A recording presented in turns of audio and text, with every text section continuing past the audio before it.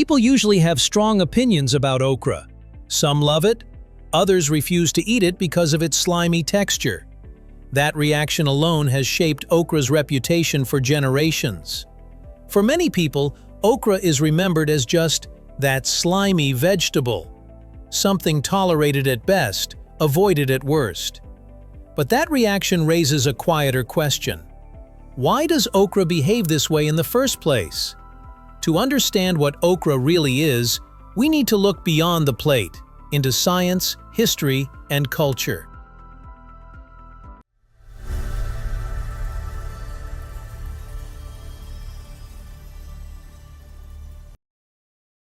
Okra's hidden identity. In everyday cooking, okra is treated as a vegetable. Scientifically, however, it is classified as a fruit. More specifically, an immature seed pod formed after the flower is pollinated. Inside that pod are the seeds, the plant's reproductive system, and the pod itself is a protective structure, built to hold moisture, shield what's developing inside, and eventually support dispersal. That one detail changes how we interpret everything people complain about. Like many seed-bearing fruits, okra carries a high level of internal moisture and soluble plant compounds. Those compounds don't wait for a recipe. They determine what happens the moment okra is sliced, heated, or simmered. Why it can turn silky, sticky, or unexpectedly thick. So the divide isn't only about preference. When people say they hate the slime, they're reacting to plant biology showing up in the kitchen. And once you see okra for what it is, a fruit built around seeds, its global story starts to make more sense. Different cultures didn't just cook it, they learned how to work with it. The flower that gives it away. Botanically, okra belongs to the Malvaceae, the mallow family. This group of plants is known for fibrous tissues, moisture retention, and large, expressive flowers. Its relatives include hibiscus, cotton, and cacao. The connection becomes obvious when okra blooms. Pale yellow petals, a dark center, and a shape that looks strikingly similar to a hibiscus flower. What ends up on our plates is not a leaf or a stem, but a fruit, harvested at a very precise moment. Left on the plant too long, the pod turns tough and woody, almost impossible to eat. That narrow harvest window is one reason okra behaves so differently from most vegetables once it reaches the kitchen. A journey across continents. Okra's first journey. Botanical evidence points to Northeast Africa, modern-day Ethiopia and Sudan, as okra's place of origin. Long before written records existed, people were already growing, harvesting, and eating this plant. From there, okra moved with people. Along trade routes and through migration, it spread into North Africa, the Middle East, and South Asia. By the time okra reached India, it was no longer unfamiliar. It became a staple, and cooking methods evolved around its texture. Dry, high-heat techniques and bold spices weren't random. They were ways of working with the plant's natural behavior. Okra's second journey. It didn't just travel, it adapted. Later it crossed into Europe and the Americas, first through Arab trade, and then through the forced migration of enslaved Africans. Okra arrived in the New World carrying more than seeds. In the southern United States, dishes like gumbo still reflect that history. Okra became a structural ingredient, thickening, binding, and shaping the dish, while also carrying cultural memory from one continent to another. Its texture survived not because people ignored it, but because cultures learned how to work with it. Natural shield. Slime as biology. Natural shield. The defining characteristic of okra comes from a substance called mucilage, a natural mixture of soluble fibers and complex polysaccharides. When okra is exposed to heat and moisture, these compounds dissolve into a thick, gel-like texture. That texture is what many people describe as slime. From a biological perspective, mucilage serves a clear purpose. It helps the plant retain water in hot or dry environments and protects the developing seeds inside the pod. In other words, what feels strange on the plate began as a survival mechanism in the field. Slime is cooking, slime that sticks. In the kitchen, mucilage becomes something else entirely, a natural thickening agent. Long before refined starches or industrial thickeners existed, cooks used okra to give soups, stews, and sauces structure and body. In dishes like gumbo, the slime doesn't disappear, it works. It binds liquid and ingredients together, shaping the texture of the dish itself. How slippery okra becomes depends on technique. High heat and dry cooking limit mucilage release, while slow simmering in liquid allows it to thicken naturally. The result isn't random. It's chemistry responding to heat and water. Slime as meaning. Because slime is so visible, it's often misunderstood. Many people assume it means okra is old, spoiled, or poorly grown. In reality, fresh okra can produce just as much mucilage, sometimes more, depending on how it's prepared. That same substance is also rich in soluble fiber, which helps slow digestion and supports metabolic balance. So the feature that divides eaters isn't a defect. It's the plant doing exactly what it was designed to do. The mistake isn't noticing the slime. It's assuming it shouldn't be there. Nutrient-rich fruit. Because okra has such a mild flavor, it's often dismissed as nutritionally unremarkable. But that quiet taste hides a different kind of strength.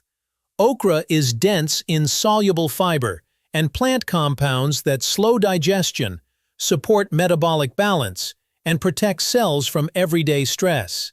Instead of overwhelming the body, it works gradually, supporting systems rather than stimulating them. Its value isn't dramatic or immediate.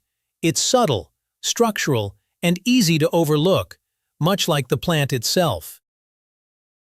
Okra's usefulness goes far beyond the kitchen. What makes okra interesting doesn't stop at nutrition. The same mucilage that gives okra its slippery reputation, the texture many people try to cook away, is now drawing attention far beyond the kitchen. Scientists and food researchers are studying okra's mucilage for its ability to form gels, bind water, and break down naturally. Those properties are being tested in biodegradable packaging, edible films, and functional food materials. In other words, the substance people avoid on their plates is the very thing researchers are trying to replicate in laboratories. What once looked like a flaw turns out to be a blueprint. The oldest technology in your bowl. Here's a strange way to think about okra. Most foods are judged by flavor. Okra is judged by behavior. Because okra doesn't just taste like something, it does something. The moment it touches heat and water, it changes the structure of the liquid around it. It thickens, binds, and holds things together. And once you notice that, okra stops being a vegetable people argue about and starts looking like a very old kind of technology. Long before modern kitchens had cornstarch, gelatin, or packaged thickeners, people still needed the same outcome: a soup that feels full, a stew that holds together, a sauce that doesn't separate. In other words, they needed texture they could trust. And the only tools available were plants.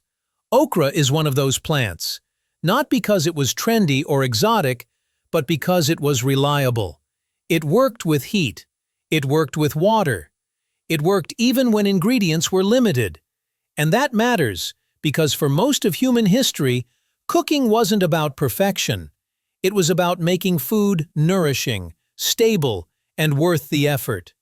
That's why cultures didn't just tolerate okra's slime. They learned how to control it. Dry heat to keep it quiet. Slow simmering to let it build. Slicing, timing, acidity. Small decisions that turn mucilage from a surprise into a tool. And that might be the most revealing part of okra's story. The slime isn't random, and neither is the way people cook it. If you zoom out even further, there's something almost poetic here. Okra's mucilage exists to protect seeds, to hold water, to reduce stress, to keep life safe until it's ready to move on. In the kitchen, it does something similar for us. It holds ingredients together. It makes thin liquids feel sustaining. It turns scattered elements into something cohesive. And that's why okra keeps showing up across continents, across centuries, across cuisines that have nothing else in common. Not because everyone agreed it was delicious, but because it solved a problem that every kitchen eventually faces: how to create body without adding more meat, more fat, more cost. Today, we like to believe we've outgrown these old food mechanics. We buy stability in a box. We buy smoothness, thickness, and texture as additives with clean labels and complex names. But okra is a reminder that nature has been doing this longer than we have. The slime people avoid is not a mistake. It's a design, one that survived deserts, migration, and centuries of cooking because it worked. So if this video changed anything, it's not just what you think about okra, it's what you think about texture. Sometimes, the thing we call unpleasant is simply a system we haven't learned to read yet.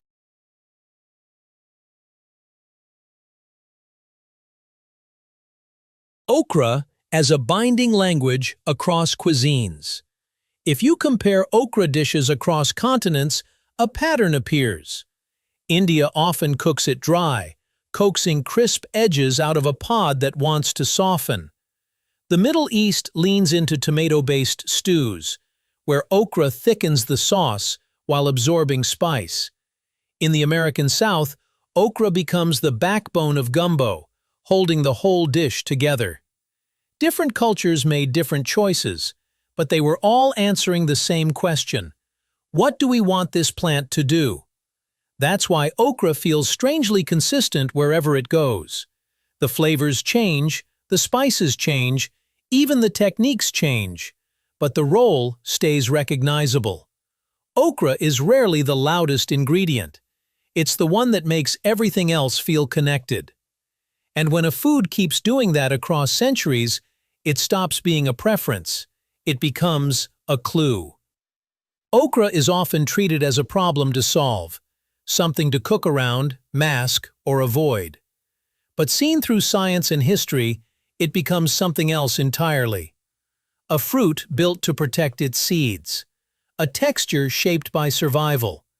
And in many kitchens around the world, a quiet ingredient that holds everything else together. Every slimy pod is a small reminder that food is never just food. It carries biology, history, and human ingenuity, quietly right on the plate. If okra has ever divided your opinion, you're not alone. Share your thoughts in the comments.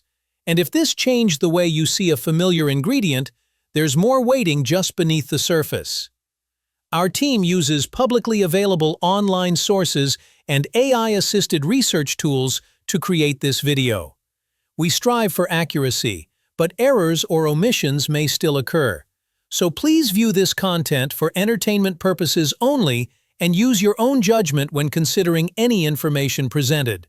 Nothing here is intended as professional, legal, medical, financial, or safety advice, nor as encouragement for risky or illegal actions. We do not promote hate, harassment, violence, or misleading information. And we work to comply with YouTube's community guidelines, terms of service, copyright and fair use rules, and all applicable laws. If you believe any part of this video infringes your rights or violates YouTube policy, please contact us.